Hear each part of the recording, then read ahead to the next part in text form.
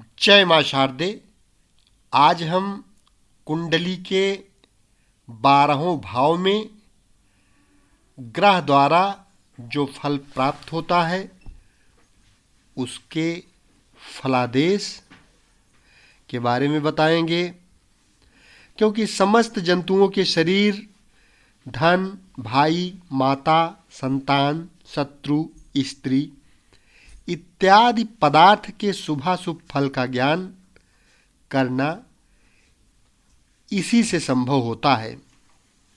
इसलिए अब हम भाव और ग्रह से उत्पन्न फलों को विशेष रूप से बताएंगे। कुंडली में यदि सूर्य लग्न में बैठा हो यानी पहले भाव में बैठा हो तो ऐसा जातक थोड़े केस वाला, कार्य करने में आलसी, क्रोधी, उच्च आकृति वाला, मानी, रूक्ष दृष्टि वाला, कठोर देह वाला, सूर, क्षमाहीन, दया से रहित होता है। यदि लग्न में कर्क राशि हो तो फूली नेत्र वाला होता है। मेष हो तो मंद दृष्टि वाला होता है। सिंह लग्न हो तो रतौंधी वाला, और यदि तुला लग्न हो तो दरिद्र और पुत्रहीन होता है। सूर्य यदि कुंडली में दूसरे भाव में बैठा हो तो ऐसा जातक नौकर और पशुओं से युक्त, मुख का रोगी, ऐश्वर्य सुख से हीन, राजा या चोर से अपहृत धन वाला होता है। कुंडली में सूर्य अगर तीसरे भाव में बैठा हो तो ऐसा जातक पराक्रमी होता है, बली होता है, भाइयों रहित, लोक में मान्य, मनोहर और पंडित तथा शत्रु को जीतने वाला होता है। कुंडली में सूर्य यदि चौथे भाव में बैठा हो तो ऐसा जातक वाहनहीन, दुखित हृदय वाला, पैतृक घर, धन का नाश करने वाला और दृष्ट राजा का सेवा करने वाला होता है। कुंडली में सूर्य यदि 5वें भाव में बैठा हो तो ऐसा जातक सुख, पुत्र और मित्र से हीन, खेती करने वाला, पर्वत आदि दुर्ग स्थान में रहने वाला होता है। बुद्धिमान, धनहीन और अल्प आयु वाला होता है। कुंडली में सूर्य यदि 6ठे भाव में बैठा हो तो ऐसा जातक अधिक कामी, प्रबल जठराग्नि वाला, बली, धनवान, राजा या न्यायाधीश होता है।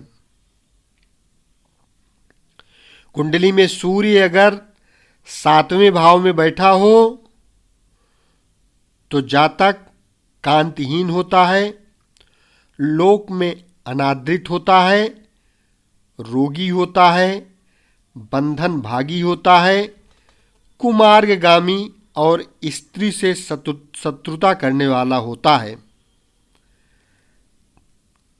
कुंडली में सूर्य अगर 8वें भाव में बैठा हो तो ऐसा जातक आंख का रोगी, धन और सुख से हीन, अल्प आयु वाला, अपने हितजनों के वियोग से दुखी रहता है। कुंडली में सूर्य अगर 9वें भाव में बैठा हो तो ऐसा जातक धनवान, पुत्रवान, देव और ब्राह्मण का भक्त, पिता और स्त्री से शत्रुता करने वाला तथा दुखी होता है।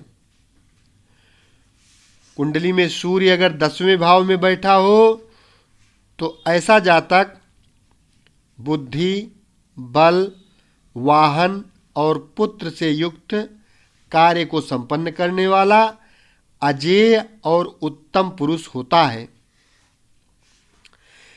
कुंडली में सूर्य अगर 11वें भाव में बैठा हो तो ऐसा जातक धन संग्रह करने वाला, बली, लोगों का द्वेषी, नौकरहीन, स्वयं प्रेष्य, वचन पालने वाला, हितजनों से हीन, कार्य साधक होता है। कुंडली में सूर्य अगर 12वें भाव में बैठा हो तो ऐसा जातक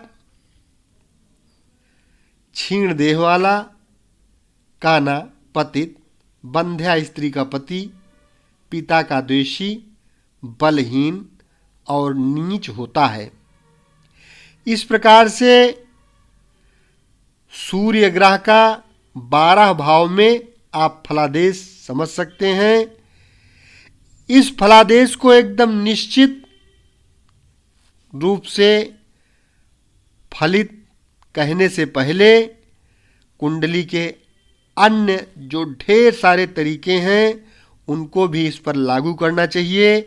जैसे इन पर ग्रहों की दृष्टि, अच्छे ग्रह की दृष्टि, उच्च ग्रह की दृष्टि, नीच ग्रह की दृष्टि, या और सारे जो तरीके होते हैं सब लागू होंगे, तभी फलादेश पूर्ण रूप से फलित होगा।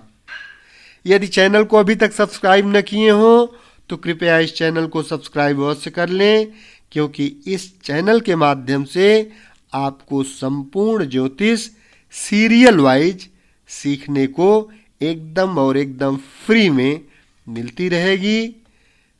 इसके आगे वाले वीडियो में हम चंद्रमा का फलादेश करना सिखाएंगे, फिर मंगल का, बुध का, बृहस्पति का, शुक्र का और शनि का, यानी सारा का सारा वीडियो आपको सीरियल वाइज प्लेलिस्ट में मिलेगा। इसलिए चैनल सब्सक्राइब करना न भूलें।